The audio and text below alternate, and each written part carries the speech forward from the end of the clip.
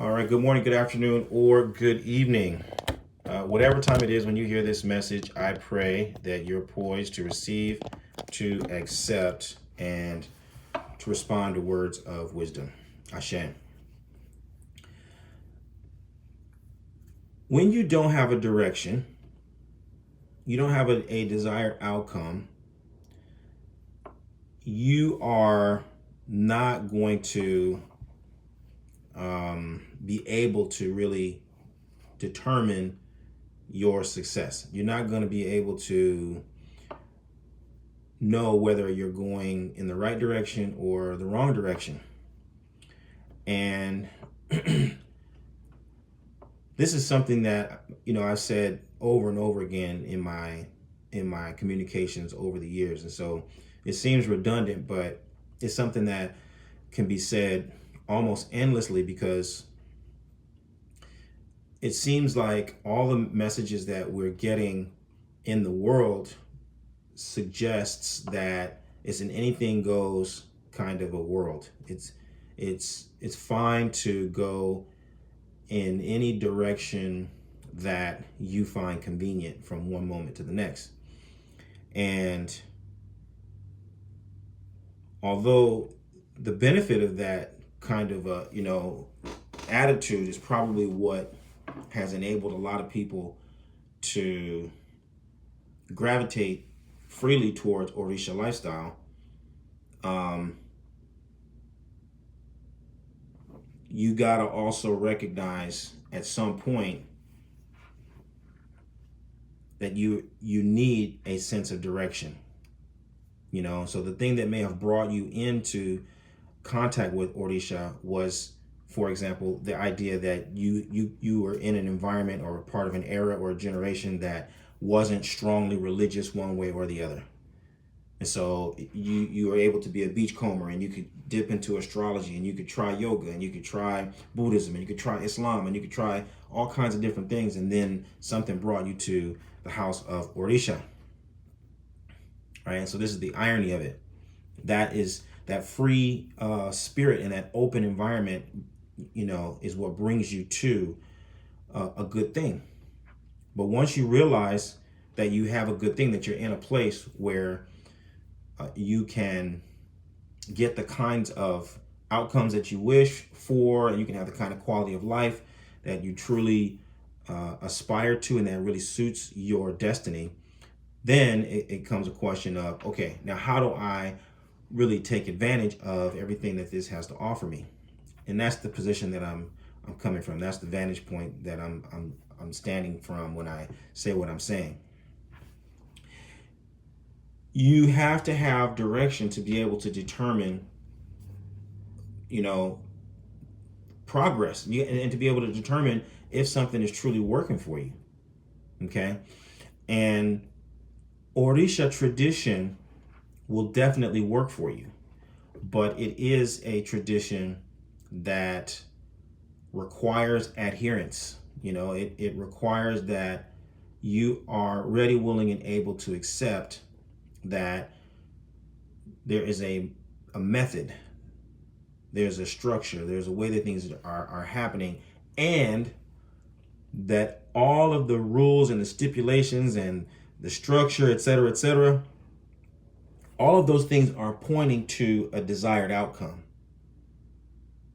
right? So if you can accept, for example, that everybody gets a personal Odu, even if you just have one reading, someone casts Ifa for you and they tell you that this is the Odu that comes for you. Ifa says 1, 2, 3, and 4. This is your sacrifice, and these are your observances or your taboos.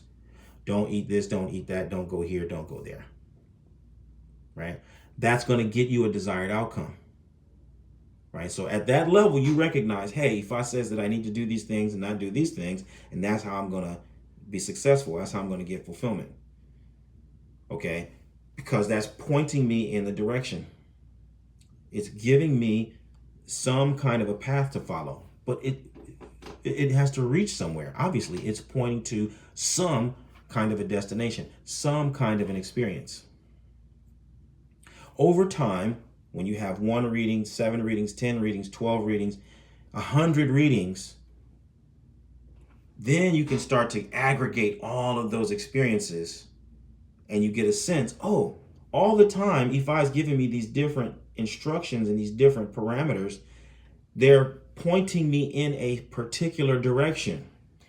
Once I realize that Ifa is pointing me in a particular direction, now I'm more free to take the initiative to start moving in that direction deliberately, to just continue to move in the direction that I can see that Ifa is obviously pointing me into.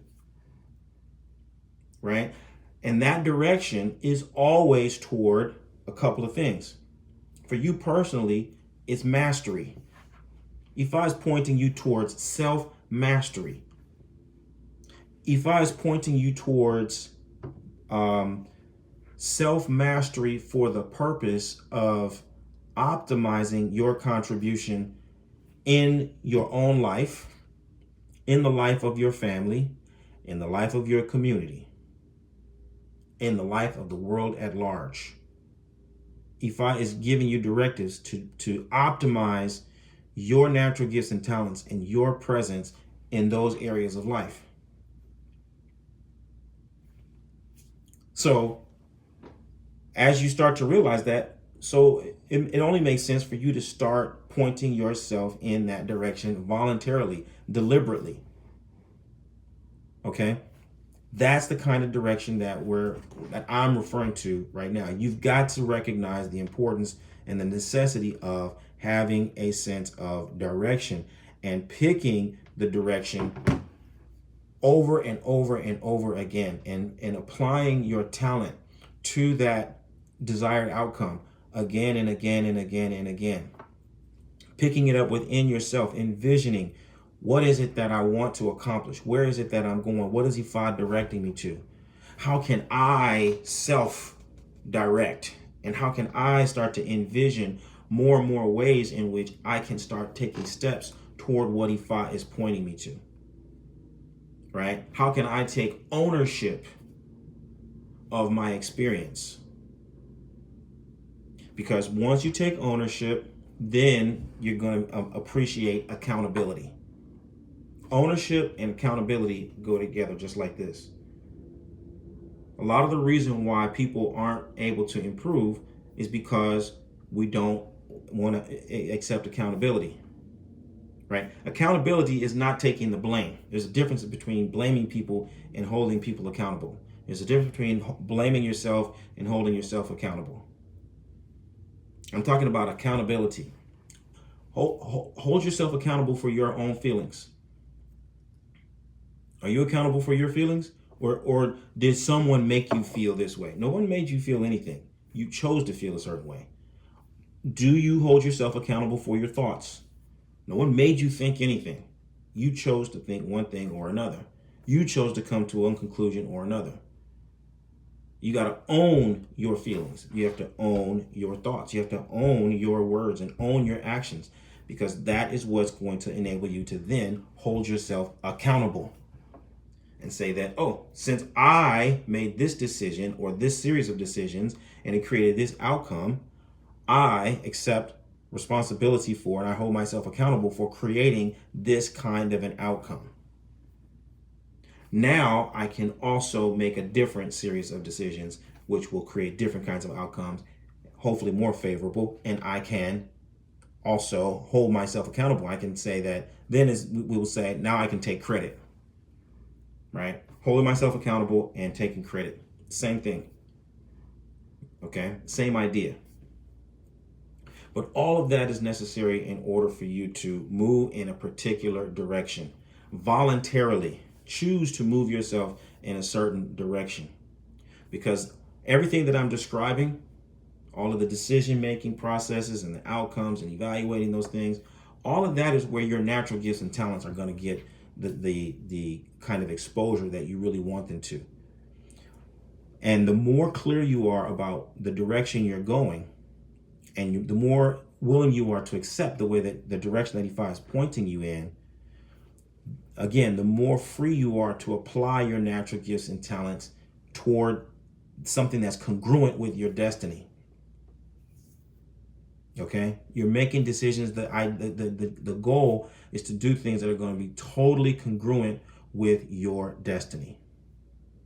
All right, but it requires that at the very least you may be aimless. The only thing, you might only have enough good sense to go and consult Ifa ever so often. All right, let's say in the worst case scenario, that's where you're coming from. Well, like I said, as you start to get 1 consultation, 2 consultations, 3 consultations, 4 consultations, you got to start now aggregating all that. What is Ifa pointing me to, really? How has my experience changed? When Ifa tells me to do these things and I do them, and then I get certain kind of outcomes, how does it change and transform my condition? How am I being improved? How am I being elevated? What am I discovering about myself? All of those are the things that will help you start to get a better sense of what direction Ifa is pointing you into.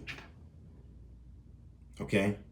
And as you start to move down that line, so to speak, then you understand that you can start to take more and more ownership. Okay? Taking ownership doesn't mean, for example, that you have to be the hero and die on every hill. Doesn't mean you have to be out front waving the banner and swinging the, the hammer. It doesn't mean that's not what I'm talking about. You can take ownership of the fact that you're the number 2 guy. You can take ownership of the fact that you're the cook. You can take ownership of the fact that you're the driver, you're the mechanic. But you own whatever place that is yours to occupy. And then you can evaluate the quality of your decisions based on the outcomes. It's pretty basic what I'm trying to say, but it needs to be said exactly in this way, precisely because what I see is that the people who are most steeped in this line of thinking and these kind of habits are the people who are most successful in the Orisha tradition. That's the number one thing that I want you to understand. Where I'm coming from is I'm looking at the success stories. I'm looking at the people who go from 0 to 60 in under 5 seconds. I'm looking at the people who come in with no knowledge, no exposure, no experience, but are able to progress and move forward in the tradition, become more productive members of society, become more fulfilled, get a better sense of well-being from Orisha. The same Orisha tradition that other people are in, and all they have is sob stories. Same system, same tradition. And it has everything to do with what I'm telling you right now. People who have a greater sense of direction do better in this tradition. People who are ready, willing, and able to take ownership of their experience do better in this tradition.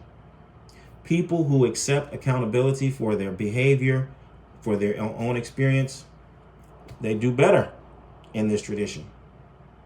So I want you to do better. I want you to look at the prime examples of people who are really going to the top, people who are really excelling, people who are getting the most out of this tradition. I want you to follow that.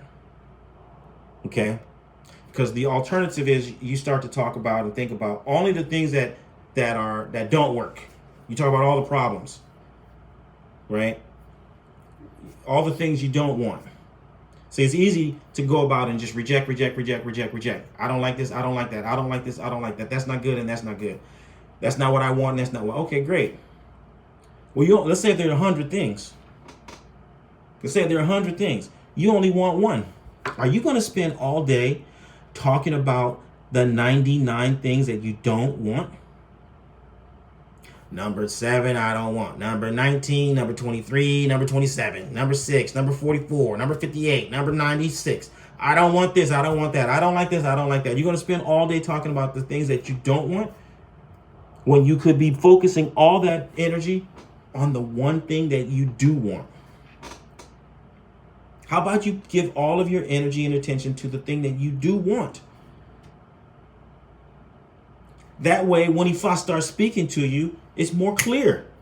I know exactly what Ifa meant by this because that's where I'm pointing. That's what I'm seeing along the way right now. I just started doing that last week. I can't tell you how many times I've told people, oh, Ifa says that you should start doing this and this and this. Ah, that's excellent. I just started doing that last week. Perfect. Keep doing that. Keep doing that. That is sending you onto the path. That is directing you to the destination that you really want to achieve. That sense of direction is what you need. And it needs to ideally come from within yourself. But in the worst case scenario, like I said, hey, you could be just in the doldrums of life right now and you don't know what to do. You need someone to tell you to take 1 step, 2 steps, 3 steps, sit down for 10 minutes and get up and then take 1 step. You could be in that state. Hey, we all get to that point at one point or another. And probably you're going to get to that point multiple times in your life where you don't know what to do and you need someone to give you guidance. Right? But little by little, as you age, as you mature, as you acquire more experiences, what you have from within yourself, your own sense of direction is going to match up with all the different words of wisdom that have been passed down to you. Okay? So I'm telling you this again from the vantage point of what I see works for people. And I periodically just want to come back to it, and I want to advise people along the lines of success, along the lines of fulfillment, along the lines of gratification, along the lines of empowerment. You having the kinds of experiences that you really want, and not just getting stuff, not just accumulating, different trinkets and doodads and stuff to carry around and stuff like that. Those don't fulfill you over the long run. Okay? What's going to fulfill you over the long run is that you are aligning your own internal drive, your passion for life, your will to achieve and accomplish what you came here to do. When you align that with the divine principles of the universe, the laws of heaven, so to speak, the word and the message and the principles of Ifa, when you can align your internal drive with the eternal wisdom of Ifa, you're going to find it's like getting on the jet stream. It's a synergy that works together. It works for you more and more and more and more and more. This is what works. This is what works. And I've seen it work over and over and over and over and over again. Okay? And conversely, if you do not take up a sense of direction, if you refuse to take ownership of your experience, if you continue to find different reasons to justify why you don't have to own your experience and accept that you are who you are and you will always be who you will always be, if you refuse to accept your true identity in your place, or that you do have a true identity in a place, then you will be a candidate for, consumerism, spiritual materialism. And you will be one of these many people who accumulates lots and lots and lots and lots of stuff that they cannot use and will never work for them. You could fall into that category. Or you could fall into the category of people who all they have is sob stories. You talk to them for 10 minutes and they will tell you about how this Baba Lawo did this and mistreated them, and how this Orisha lied to them about that, and how this person was jealous of them and tried to take their destiny, and that all they've got is one sob story after another. You can fall into that category. If you refuse to take ownership of your experience, you can fall into that category too. Or let's say the third possibility is you could end up as the group of folks who are perpetual wanderers. They go from one lineage to another lineage. Then they go from the Cuban system to the Nigerian system, and from the Nigerian system to the next system. And then they leave Ifa and they go into something else, and they do that, and then they go to something else, and they spend the rest of their life just wandering from one to the next. Those are the things that I see. I'm not making a doomsday proclamation. I'm just telling you what I've seen. The people who do not accept direction, the people who refuse to adhere to direction, the people who refuse to take ownership of their experience. The people who refuse to hold themselves accountable or allow other people to hold them accountable tend to fall into those categories. They end up with a lot of trinkets. They end up, bouncing from lineage to lineage, house to house, or they end up just, kind of skidding through life overall. And you can see it not only in their religious life, but in all sectors of their life. So it's up to you to determine what you really want, which comes back down to your sense of direction. What do you really want? What's really tantamount in your life? If you could only accomplish one thing, if you could only have one experience, what would it be? What would it be? Claim that sense of desire, of interest. Claim it. Acknowledge within yourself that there is something that you do want, that you desperately need to accomplish. And then start to fall into it effortlessly and let Ifa guide you along the way. Okay? Let Ifa guide you along the way. So that's my heartfelt advice. And I hope and pray that it is well received by you this fine Friday evening. I'm on a field trip. As you can see, this is not my regular, stomping grounds, but I decided to pause here. I got a couple of minutes, and this is what I have been ruminating over on my drive over here. So, yeah, may it be well with you, and may your sense of direction become overwhelming and consume you with passion, with engagement and excitement and enthusiasm and inspiration at occupying the space that only you can occupy in this world.